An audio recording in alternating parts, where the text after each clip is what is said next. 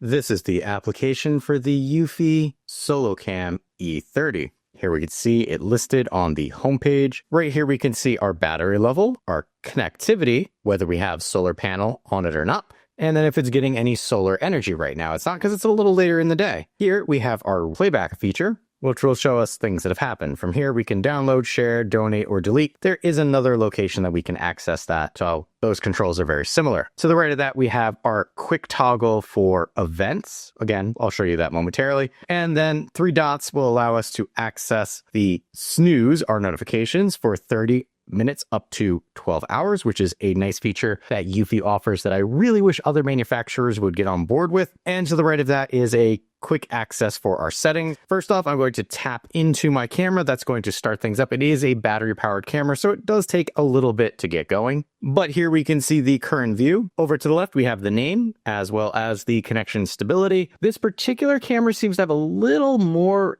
issues with stability connection than its bigger brother, the dual lens. To the right of that, we have our alarm. So I can manually trigger this alarm. We can either do the camera only, or we could do the home base because I did connect this to the home base. But if I confirm, now the outside is blaring. It sounds very much like this. But we're going to turn that off so that my neighbors don't think something is wrong. Coming down to our camera itself, here we could see right now it's on 2K. You could set it for auto, 1080 or 720. Honestly, I leave it on the 2K because I want to use that very crisp looking video. And double tapping will allow you to zoom. Double tapping again zooms it in. So we could either do that or we can pinch to zoom. You'll notice we have the 4x digital zoom. There's a shrub giving you an idea of what things look like. Double tap will bring that all the way back out. And you'll notice if I swipe on the screen, there was some icons. What that does is that is manually changing the pan tilt nature of this camera. So there we're fully zoomed in. Get a picture there of the flowers and the grass that is overrunning my garden down there. And then we're just going to swipe it up. And notice that time it only went up a little bit because it depends on how long you hold the swipe for. We'll leave it here for now. To the right of that is changing the orientation from vertical to landscape mode.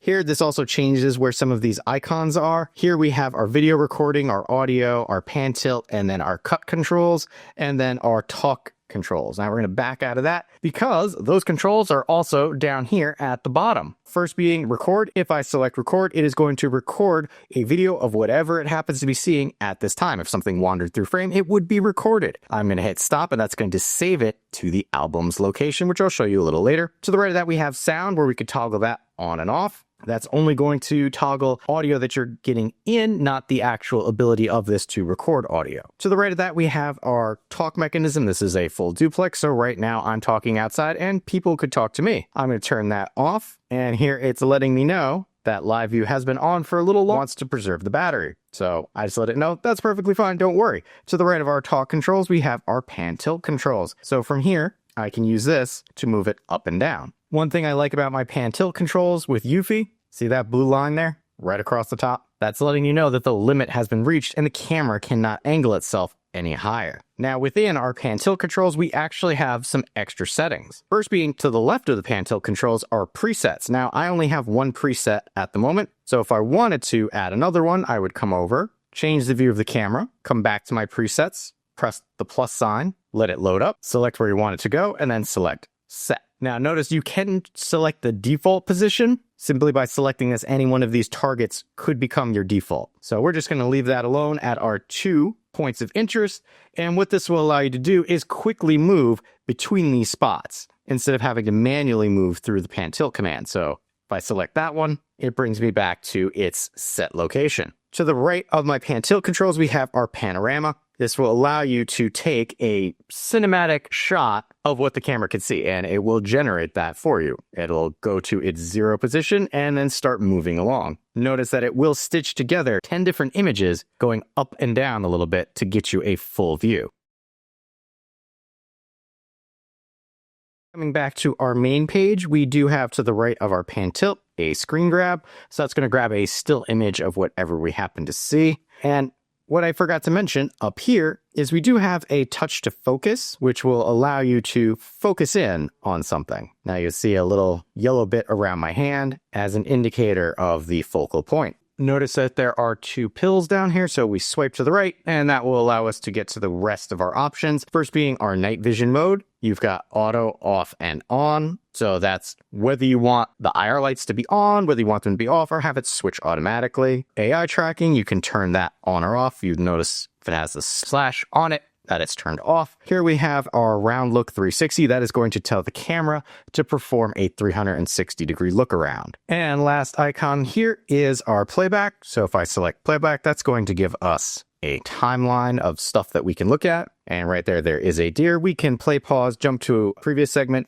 further segment, turn on and off our audio, make this full screen, or we can speed this up if we had continuous recording set up. But just as I mentioned before, we can download, share, donate, or delete. Coming back to our camera controls, now we can come to the upper right-hand corner and select our camera settings. We can toggle this on or off, snooze it with a switch here, have a icon indicating this particular camera. We have how it's connected. In this case, it is connected to the Homebase 3, which gives it access to Bionic Mind, which allows it to do some things like friendly faces, things of that nature. If you're going to be buying into the eufy system, the Homebase 3 is a must, in my opinion. Here we have motion detection. Well, right now we have motion detection on. We don't have any activity zones.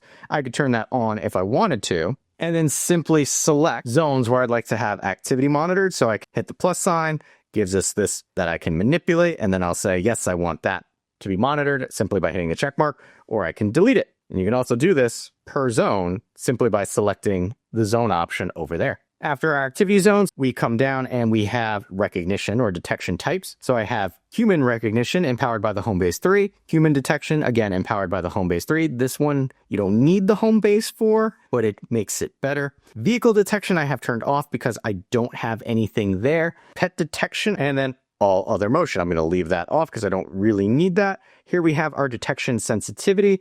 I've been rocking this at 4, but I'm going to bump this up to 5. And then AI tracking on or off. Motion test mode, which will allow you to see if the changes you made will have an impact on the camera or not. And then tips for installation. We're going to go back. We're going to come over to power management. So right here, you can see it's at 100%, even with all the stuff that I've been doing for this demo. Currently, it has been up for 17 working days. It has detected 686 events and recorded only 81 of those because it limits what it's recording based on the filtering. Maximum capacity, this measures the maximum cap of your battery. Right now, I'm at 99%. Here we have working mode. So you've got optimal battery, optimal surveillance, or customize. So right now I have an optimal surveillance. That's going to give you the longest clip length. If you select customize recording, this will allow you to change the video clip length between 10 seconds and 120 seconds, and then the interval between triggers. Right now you can see the lowest is 5 seconds, and then end clip early if motion is detected. That's even with custom, that's a good idea to have. Power source, right now I have it on solar panel. You can select battery if you do not have the solar panel plugged into it. Here we have our dashboard. So here is our 7-day dashboard, letting me know what the power usage looks like. If I come to a 30-day,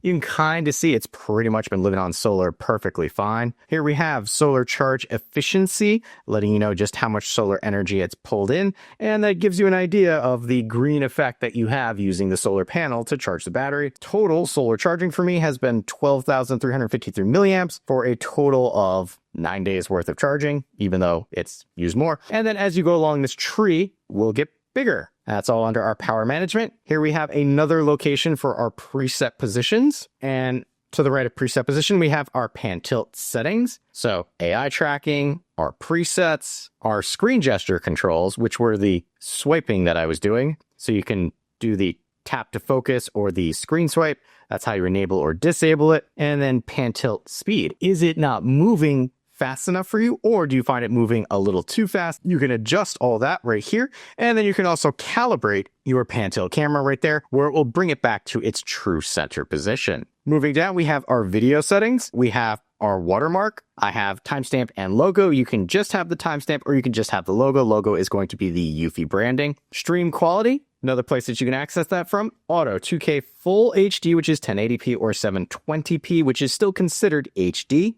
Continuous recording. If you enable continuous recording, it is recommended that you plug this in via a power source, but you could do continuous recording if you wanted. Night vision, auto, off, and on. As we discussed before, how it will act when it goes into night vision, if you want that on all the time, if you want that off all the time, or just let the ambient light sensor take care of that for you. Privacy zones. Now, this is something that I feel that eufy does well, in that if I enable privacy zones, the camera will no longer act as a pan-tilt camera. It will remain as a stationary camera. What a privacy zone will do will allow you to block out specific areas in your video feed so that you cannot visibly see them and they will not be part of the recording. And eufy wisely limits the camera's movements, because if you set up privacy zone, the camera will move around and it's just a location within the screen view. It's not smart enough to know that you're trying to block out your neighbor's house. It just knows that portion of the screen. Coming down, we have our audio settings. If you need to, here's how you can turn off the microphone to your camera if you live in an area that requires that. Here you can turn off audio in your videos, because maybe you live in a place that doesn't allow you to record audio as part of a video. Here you have speaker on and off, and then speaker volume.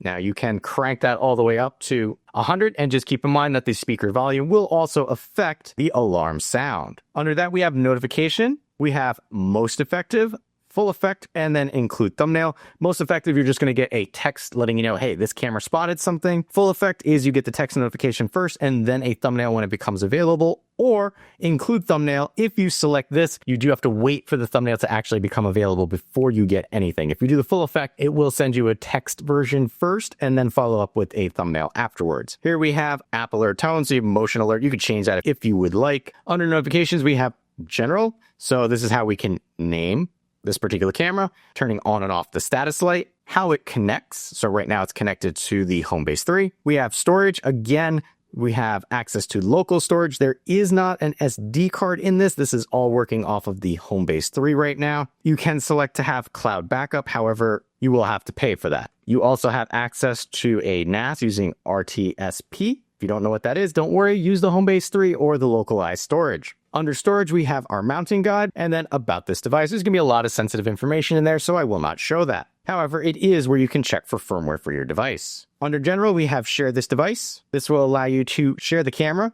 with somebody that you invite. You can give them admin access or guest access, and then select what you want them to have access to, and then send to their email. Now, they will need to have their own eufy account in order to be able to do this, but you could share your camera's view without giving them admin access, which is nice. And then share your thoughts right there. Last but not least on this page is remove device. Now, if we come all the way back out to the shared location of all of my eufy cameras, we have our events here. Right now, it is filtering for just the car side, which is what I called this camera. I can select my filter option here, and it will show me category, security care, types, what did it hear, which device did it hear it from. There's lots of filters that you can use. You have edit. So if I select that, I can delete. I can do multiples if I wanted to, but we're not going to actually do that. So we're going to deselect all. From here, if I select my calendar up here, I can pick what days I want. Little blue dots means there's something that was recorded. We can also adjust the time range, helping us determine where we want to pull this information from. Right now, I've got